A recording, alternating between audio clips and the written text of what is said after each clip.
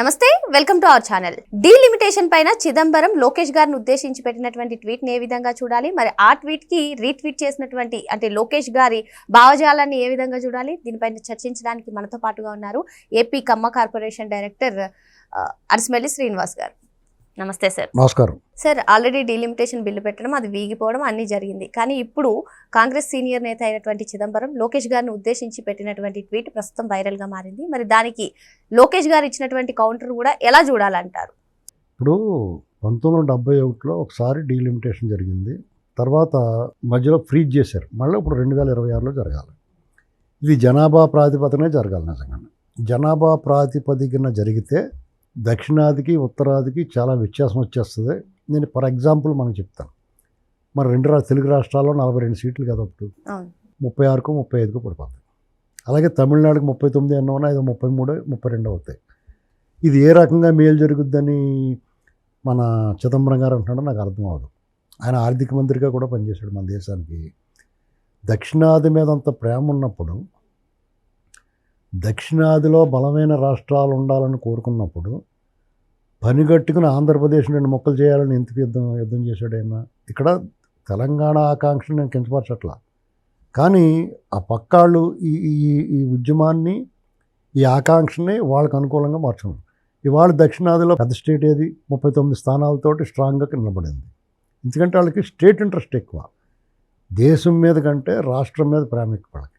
మనం దేశాన్ని రాష్ట్రాన్ని సమానంగా ప్రేమిస్తాం, ఒకంత దేశాన్ని ఎక్కువ ప్రేమిస్తాం మిగతా వాళ్ళంతా కూడా. ఇది ఇప్పుడు లోకేష్ గారు రాజ్యాంగానికి వ్యతిరేకంగా ఏం మాట్లాడాల. ఆయన మాట్లాడింది ఏంటంటే 26లో ఇప్పుడు సరే ఇప్పుడు చేయలేదు, మళ్ళీ ఇంకో 40 ఏళ్ళ పాటు ఫ్రీజ్ చేసుకోవాలా, లేకపోతే ఇంకో 50 ఏళ్ళ పాటు ఫ్రీజ్ చేయాలా, అంటే మళ్ళీ ఇంక 50 ఏళ్ళ దాకా ఇదే 543 సీట్లతో ఉండాలా, ప్రాతినిధ్యం పెరగొద్దా, జనాభా పెరుగుతున్నారు. అందుకనే కేంద్ర ప్రభుత్వం కూడా ఏం చెప్పిందంటే 50% చేస్తూ ఉన్నారు. అదే జనాభా ప్రాతిపదికన అనుకోండి, ఉత్తరప్రదేశ్ ఉంది, ఇప్పుడు 80-90 సీట్లు ఉన్నాయి వాళ్ళకి. అది జనాభా ప్రాతిపదికన 150 సీట్లు అయిపోతాయి వాళ్ళకి.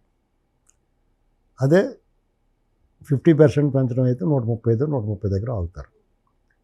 ఇది కనీసం ఆలోచన ఉండాలి కదా. చాలా లెర్నర్డ్ పర్సన్ చిదంబరం గారు, చిన్న కుర్రోడు, ఆయన అనుభవం అంత లేదు ఈయన వయసు. ఇతనే మెచ్యూర్డ్గా ఆలోచిస్తున్నాడు లోకేష్ గారు. మనకి ఏం అవకాశం ఉంది, దేని ప్రకారం చేసుకోవాలి, ఇప్పుడు కాకపోతే ఇంకెప్పుడు కాదు, ఇంకో 50 ఏళ్ళ తర్వాత కానీ కాదు అనేటువంటిది ఆ పిల్లవాడు ఆలోచిస్తుంటే, అంటే నేను ఒక సగటు లేమ్యాన్లా చెప్తున్నాను. నేను లోతుగా వెళ్ళిపోయి ఆర్టికల్ అది ఇది అలాగే ఉండాలి, ఇలాంటి మొండి వాదన, పిడివాదన చేయకూడదు. ఒక అవకాశం వచ్చింది. ఇప్పుడు బేసిక్గా ఇప్పుడున్న ప్రభుత్వాలు, ఆంధ్రప్రదేశ్ ఇప్పుడున్న పరిస్థితుల్లో వాళ్ళు అధికారంలో ఉన్నారు కాబట్టి వాళ్ళు ఉన్నప్పుడు దీన్ని రియార్గనైజేషన్ జరగాలని కోరుకోవటంలో ఏం తప్పు ఉంది? ఆ పిల్లడు అలాగే అడుగుతాడు. సార్, అయితే ఇక్కడ 2 అంశాలు సార్. ఏదైతే డీలిమిటేషన్తో సౌత్కి అన్యాయం జరుగుతుందంటారో, మీరు చెప్పినట్టుగా గతంలో చూసుకున్నట్లయితే జనాభా లెక్కన అన్నారు, అదే విధంగా చేస్తే ఇప్పుడైతే ఖచ్చితంగా నష్టం జరుగుతుంది అంటున్నారు.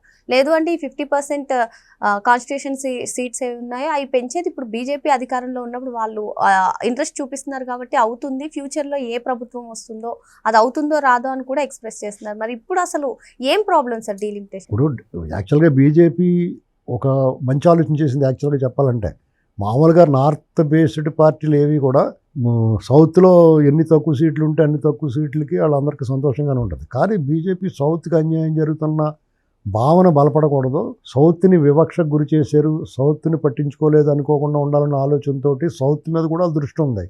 కాబట్టి సౌత్లో కూడా సీట్లు పెరగాలనేటువంటి దానికి వాళ్ళు ముందుకు రావడం ముదావహం, దాన్ని మనం ఆహ్వానించాలి. మామూలుగా అయితే వాళ్ళు అలాగే ఆలోచించరు. నార్త్ వాళ్ళు ఎవరైనా సరే, ఇప్పుడు బీజేపీ వాళ్ళు కూడా కాంగ్రెస్ వాళ్ళు కూడా ఆలోచించి వాళ్ళంతా కూడా నార్త్ ఉత్తరాధిపత్యం అనే కోరుకుంటారు. వాళ్ళంతా ఈ దక్షిణాది నుంచి ఉన్న ఈ చిదంబరం లాంటి వాళ్ళు కూడా డోల్ డ్రమ్స్ వాయించకూడదు కదా, దానికి మనం వీగిపోయింది అన్నాడు. ఈసారి 26 ఆ రాజ్యాంగం ప్రకారం దాన్ని చేస్తారు. మహిళా బిల్లు దాన్ని కనెక్షన్ పెట్టారు కాబట్టి మేము అలాగే ఒప్పుకోమన్నారు. ఇప్పుడు ఎందుకు ఒప్పుకోరు? ఒప్పుకొని ఇప్పుడు అవద్దు చూడండి. అది ఎందుకంటే చాలా ఈక్వేషన్స్ మారినాయి, అర్థమైందండి.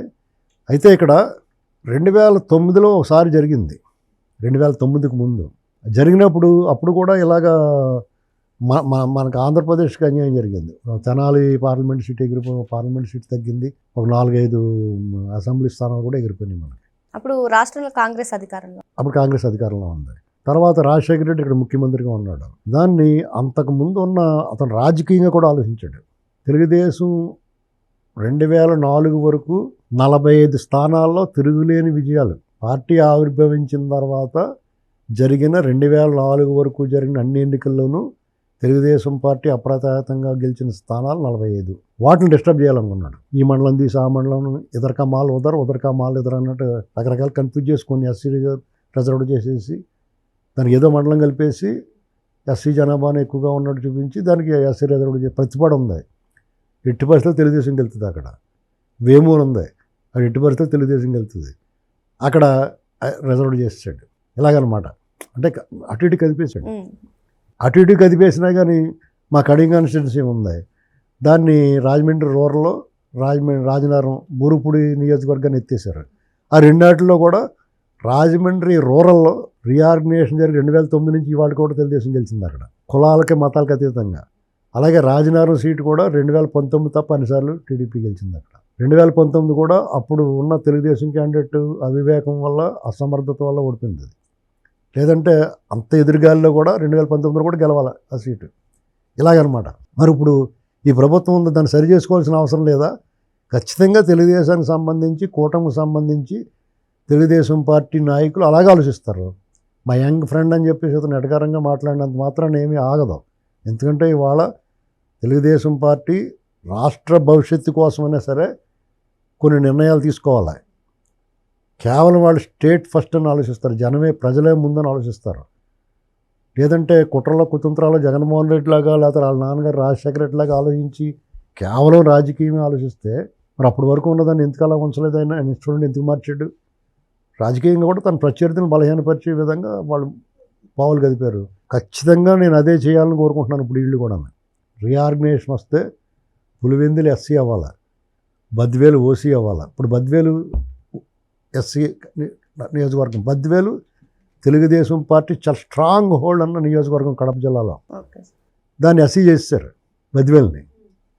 ఏమండి మరి ఇప్పుడు మన వాళ్ళు వచ్చి ఇలా కలిపేసి బద్వేలు నుంచి 2 మండలాలు ఎక్కడైనా కలపచ్చు. అలాగా వాళ్ళు తలుచుకుంటే అవుద్ది. అంటే అది ఎలా సాధ్యం? అంటే సాధ్యమే, ఎందుకు అవ్వదు? ఇప్పుడు మన తూర్పుగోదావరి జిల్లా, పశ్చిమ గోదావరి జిల్లాలు ఉన్నాయి కదా. భద్రాచలం కాన్స్టిట్యున్సీ ఉండేది, parliament constituency. Bhadrachalam parliament constituency Araku దాకా భద్రాచలం కాన్స్టిట్యున్సీ పార్లమెంట్లో ఉండేది. మాకు కొవ్వూరు పక్కనే మల్లవరం అని ఉంది, చంద్రారం మల్లవరం అని ఉంటుంది. అంటే మామూలుగా అప్పుడు నిడదో లేదు, కొవ్వూరు నియోజకవర్గంలో ఉండాలి, లేదంటే పక్కన ఇంకో నియోజకవర్గం ఇందులో ఉండాలి. కానీ భద్రాచలం పార్లమెంట్లో ఉండేది. కొవ్వూరు మళ్ళీ రాయమండ్రి పార్లమెంట్. కొవ్వూరు కరెక్ట్గా 8 కిలోమీటర్లు 5 నిమిషాలు వెళ్ళిపోతాం స్కూటర్ మీద, 10 నిమిషాలు వెళ్ళిపోతాం స్కూటర్ మీద. అది మాత్రం భద్రాచలం పార్లమెంట్. అది ఏ రకం న్యాయం? పక్కనే గోపాలపురం, అది కూడా భద్రాచలం పార్లమెంట్లో ఉండేది. అప్పుడు గోపాలపురం కాన్స్టిట్యున్సీ 2009కి ముందు భద్రాచలం పార్లమెంట్లో ఉండేది. భద్రాచలం పార్లమెంట్లో తెలుగుదేశం ఎక్కడానికి కారణం గోపాలపురం ఉండడం కూడా. అక్కడ కమ్యూనిస్టులకి ఇచ్చినా ఎవరికి ఇచ్చినా కానీ బలమైన తెలుగుదేశం స్ట్రాంగ్ సపోర్ట్స్ ఉండేవారు. పొత్తులో ఉన్నప్పుడు కమ్యూనిస్టులు గెలిచేవారు అక్కడ. ఇలాగనమాట. అంచేత ఇక్కడ కొన్ని ఓవర్ యాక్షన్ బ్యాచ్, కుళ్ళకోటలు కట్టుకుని అందులో ఉండి ఓవర్ యాక్షన్ చేస్తున్న వాళ్ళందరినీ కూడా ఒకసారి ఎలా కలిపి వాళ్ళ సత్తా దమ్ము ఏంటో చూడాలని కోరుకుంటున్నారు అందరూ తెలుగుదేశం వాళ్ళు. ఆతృతగా ఎదురు చూస్తున్నారు. మిగతా వాళ్ళు ఏమైనా అవనివ్వండి, తెలంగాణ ఆంధ్రాలో వాళ్ళకి అనుకూలంగా చేసుకుంటే, ఇప్పుడు రేవంత్ రెడ్డి గారు ఉన్నాడు, ఖచ్చితంగా అనుకూలంగా చేసుకుంటూ ఉండే. ఎవరు వద్దన్నారు? వాళ్ళు ఉన్నప్పుడు చేసుకోలేదు. అప్పుడు చిదంబరం గారు మాట్లాడతారు ఏమన్నా, ఈ దేశాన్ని నువ్వేమిచ్చావో చెప్పు. చాలా స్కీములు నువ్వు అదృష్టవంతుడు, చాలా వరకు బయటపడకుండా తప్పించుకున్నారు మీరంతా. మీకున్న పరిచయాలు, మీకున్న ఇది వాటి వల్ల. మీరు ఎవరు కూడా దేశభక్తుల్లా మాట్లాడకండి. మా యంగ్ ఫ్రెండ్ అని చెప్పి ఆయన వ్యంగ్యంగా ట్వీట్ కొడుతున్నాడు ఆయన. ఆ పిల్లోడైనా సరే కరెక్ట్గా చెప్పాడు, 71ది ఫ్రీజ్ చేశారు బాబు, మళ్ళీ ఇప్పుడు కూడా ఫ్రీజ్ చేయమంటావా? జనాభా ఆధారంగా చేయమని, సమయం లేదు కాబట్టి ఫ్రీజ్ చేస్తే మళ్ళీ ఇంకో 50 వెళ్ళిపోవాలి. అంచేత 2009 అలా చేశారో అలాగే చేయాలి. ఇప్పుడు మరో అంశంతో మళ్ళీ కలుద్దాం. Thank you sir. రైట్.